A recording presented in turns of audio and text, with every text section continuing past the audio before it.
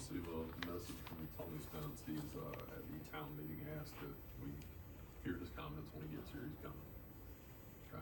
And is Dave here from Safebuilt? Right there. Oh, okay. Great. And that's next. Presentation by Safebuilt. Dave Hendricks about the permitting process and permitting fees.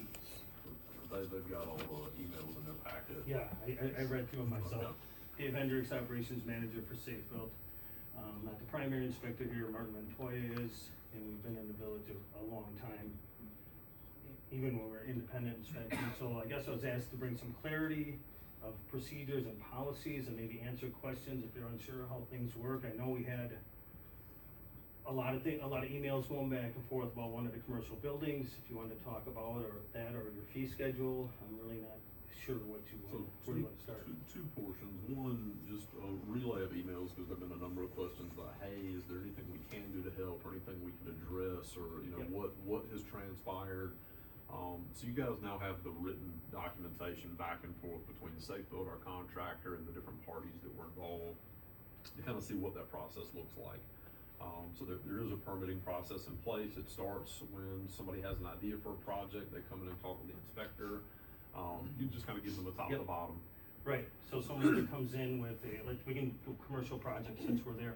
They come in, they present their plans, we send them off for a plan review, they fill out the necessary forms, and then I have our architect or our engineer that we have on staff, they review the plans, they give them back the information, either approved, denied, conditionally approved, and then one of the three things, if it's denied, it's taken back, and then they have to resubmit with the missing information there. Conditionally approved mean there's minor violations on something that can just be addressed either when they bring the new plans in or upon a field inspection. And then withheld, obviously, that's not enough information either. I think one of the things that, and I work very closely with Susan, our architect, and she does a great job of back and forth with everybody. And then once there's more than like 3-4 emails, then I get involved and I monitor the emails back and forth. And so the one that you're looking at, we do our best to try and help people with their projects. So that's what we're doing.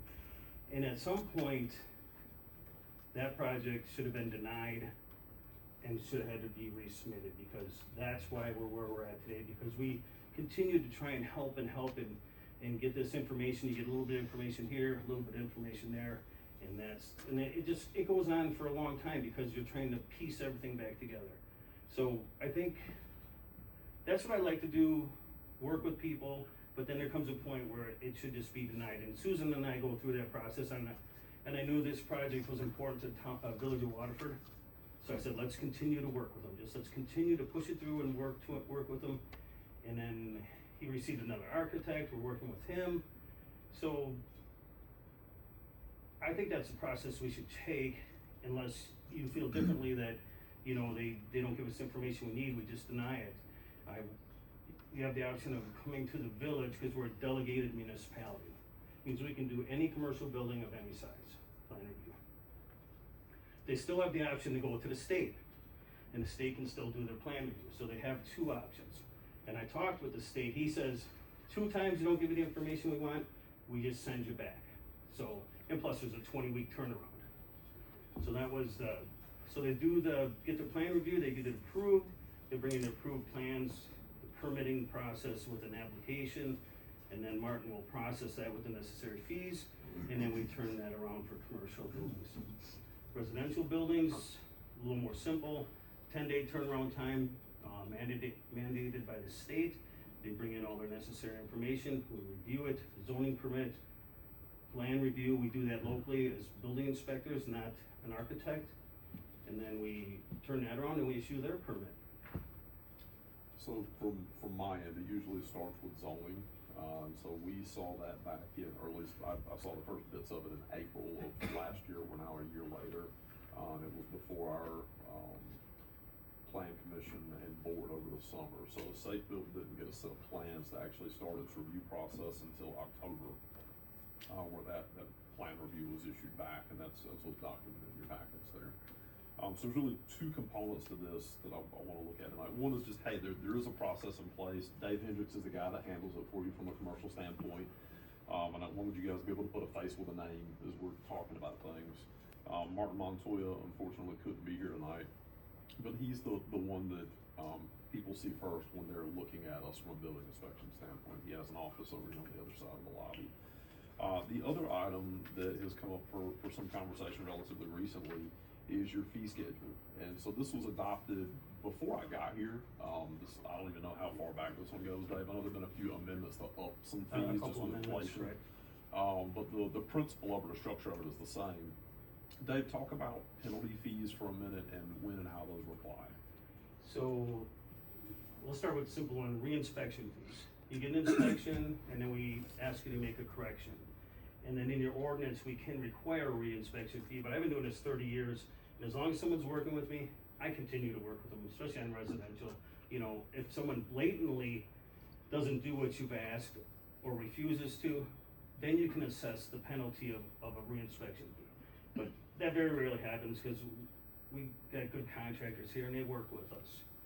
And I'm sorry, what's the other thing? How about on the commercial side for penalties? Commercial, and then, the penalties that, we can assess triple fees for work started without, is it triple or quadruple? Quadruple. Quadruple fees for work started without a permit. Commercial, you're a licensed, commercial, contractor, you know better. If you're a homeowner and you start a project on the weekend and you say, whoa, I didn't know I needed a permit, then we work with you on that. That was, you didn't maybe understand the rules. Commercial contractors know the rules, they work in other areas. It's a deterrent to not have people just starting work without permits, covering it up. It's like issuing speeding tickets. It's a deterrent for people to slow down in your town. If we didn't do this, nobody would, they'd say, well, I'll just take my chances. So it's a deterrent to stop the contractors from working without permits. And like I said, commercial, a little more strict. Residential, it would have to be someone would just ignoring you or they knew the rules. But generally, if you start something you didn't know you needed a permit, we just work with you on that. I got a couple questions. First of all, I gotta compliment Martin. Martin's been fantastic. I've seen him in action. People come in, he looks at the plans, helps people out, shows them what they gotta do. I couldn't think of a better. Yeah. Actually, when Safebuilt, name changed or ownership changed, we wanted Martin back. Yep. I gotta say, he really helps people out and does a great job. When I have a question, I ask Martin. So, and we've been doing this 30 years apiece. I think our credential numbers are like 2 numbers apart. But yeah, he is an excellent inspector. Yeah, he's great. Just, if you could, help us with the permit process. What happens if you, what does a person do and what kind of permit do you get first before work's done or what? I mean, just, Like for, I understand it, but not everybody understands it. so like if you're doing something in your existing No, home, say you got a commercial building here. Yep. What's the process? Say, hey, I want to redo it. yep. The first process would be to provide plans, and so we can review the plans. And until the plans aren't reviewed, then we don't go past, then you don't get a building permit. Once the plans are reviewed and approved, then you fill out your building permit application. And if it's all interior alterations, you wouldn't need a zoning permit. So you get your plan review, permit application, Martin puts that together with the amount of fees, we get back to them and they pay that. So, first thing is, before you do any work, you gotta get a building permit. Absolutely. And that's submitted after the plans?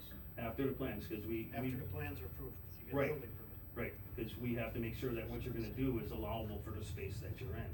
We wouldn't issue a building permit and then do the plan review. Then you do the building, then it gets inspected, Yep, all the work's done according to the plans, then they get occupancy permit. that is correct. After everything is inspected and done, and Yep. After all the necessary inspections, building, plumbing, heating, electric. And then we, as Safebuilt, we track all of your information, every permit, every inspection is in our software, who did it, how it passed, if it failed, and the date. So we track every inspection we do. I guess I got another kind of a weird question is, What if somebody just does the work and closes the walls all in, then no plumbing, you gotta look at the stuff and. So, if they happens intentionally then? did it, quadruple fees, and so what I do, say if it, are we talking commercial still? Sure. Then they're gonna have to take it apart, because I'm not going to jeopardize the village's liability and my license to sign off on something that I can't see what was done. I'm still responsible as a licensed building inspector, that I'm saying that after I pass this, I'm saying to the state that I say this meets code.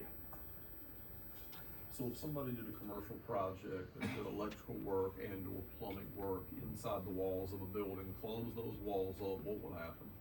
We would make them take the drywall off, material, whatever it is.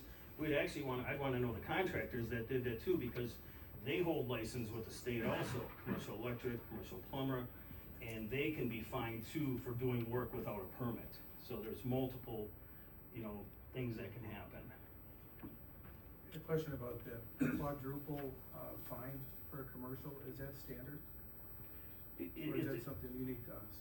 No, it's not unique to you. The quadruple fee, it's based on the municipality, whatever fees, you talked about the fee schedule you adopted, it's in that fee schedule. So some municipalities are 3 times, some are 2 times. So it's whatever the board approved in that fee schedule. Okay, so I imagine some municipalities would do it just hourly, continue on and do it hourly, or does everyone do that? No, it's gotta be based on the permit fee itself, because that's the fine, that's the penalty, that part is standard. For doing work without a permit, it's either 2, 3, or 4 times the amount of the original permit, for everything, building, plumbing, heating, electric. So Pat, you certainly could do, some kind of an hourly lump, think of it as a flat fee basis for going out and re-inspecting or doing whatever that is. 2X, 3X, 4X, those are all pretty commonly and widely used throughout the state. So the point is, it can be whatever you guys want it to be. Right. Right, it's your fee schedule. All the fees that we enforce were approved by the village board. Maybe not this board, but some village board, they reviewed those and based probably on our recommendations, and they said, this is the fee schedule we want. From just listening to you, how often a year do you think you'd give quadruple fees or something like that? I'm not gonna hold it to you. Does it happen very often? Not? I would say Strange or- semi-regular, because these contractors on these commercial buildings are being pushed. And in a different municipality, we had, someone start a fire alarm, installation without the plan review, and they got 4 times the fee, and I think that ended up being like $44,000. It ultimately becomes like the cost of doing business, so the contractor and the client are gonna work out, hey, we can start this work, but you're probably gonna get dinged with some fees, and the client either has an opportunity to make that assessment and say, okay, I don't care, let's just go ahead and roll forward, or, wait, let's don't Bob, you run into stuff with other contractors, or like, where it's like, hey, you're on the time crunch, cause you have to get things delivered and installed, and maybe there's bank financing involved, and it just kinda gets looked at like a cost of doing business. And the other thing that we don't do very regularly is like, attach that to the contractor's license. And that's in an extreme case where maybe we've had multiple run-ins with a contractor, then we can attach it, we can file a complaint with the state against their license. I just got a question, Zeke, when was the last time done the structure, the fee structure or the penalty structure, when's the last time we looked at that? 2018, Pat, going from memory. It's been, it was right after I got here. We had a real comprehensive look at it. This is really the only other time we've done what I would consider a comprehensive look. I know we had a fee update a couple of years ago, maybe 2020. But that was just looking at the rates, not necessarily the structure. The amount of development that the village is going through, and these are your fees, is that you're giving money away. Because it shouldn't be any different doing business in the town of Waterford, which is 44 cents a square foot for a new home versus 37 cents a square foot. And we're just trying to, I wish the state would come up with a uniform fee schedule, but some people wanna go higher, some people, they're like, no, we're good. But with the amount of development that you guys have going on here, that's a lot of money. other questions? I was just gonna ask how we compare to other, municipalities in the area with those Yep. fees, and you answered. I would say you're due for some type of update. If you wait too long, we went through this in some other municipalities, they're at 20 cents a square foot. And so you can either do it incrementally for the next 4 years, but then everybody's saying, hey, you're raising the fees every year. Well, that's probably the smart way, that, or But- else we and run so into you- the problem we did with our water rates. Yeah, we probably should look at this annually with the budget process and just consider things that the finance committee and attach it to the budget. We've started doing that with the EMS fees, right? So they're just a part of the budget process. We could do the same thing with those. You guys are right in the area for incrementally increasing from 37 to 44. If you wait, if you go longer, cause I think, 2 years ago, so the Southeastern Building Inspectors of America, of Wisconsin, they have a group of them, and they get together and they canvass all the areas, and they put together a recommended fee schedule that makes sense with, that collaborates all of the municipalities. So 2 years ago, they're at 41 cents, and now they're at 44. You wait another year, they could be at 47, and then now you're at 37. It's a way to equalize. So do we wanna take Does a the look at board this? We wanna come back and look at it, We'll look at it at budget time. adjust the fees? Okay, the budget time? I would say that's an item for budget time. Okay. I think we should assess the amount of new construction dollars and do a math to math. I'll run your report of the estimated cost of construction, of 2024. Great, that'd be helpful. That'd be good. Then we can apply that to either total square footage or dollars, and we can do an analysis on where we feel comfortable with the village moving up, down, or leaving it as it is. I'd like to see that come to the finance committee Yeah. before budget time. Okay. Is budget time October? Yeah. It starts in May, right, for us. We're Well, not- I mean, I think given what you're saying about the timing of everything, I don't know if we wanna wait till budget time. I think we wanna get this in front of finance, and just get everything It's a good rolling. idea. Um, catch up Then with me bring it back here. Yeah. sometime. Yeah, I'll give you the latest, Southeastern Wisconsin Building Inspector fee schedule. And then after that, then they don't do electric or plumbing, cause they don't really care. They just take care of their own business. All right, any more questions for Dave? Nope, I have none. Thank you very much. Thanks.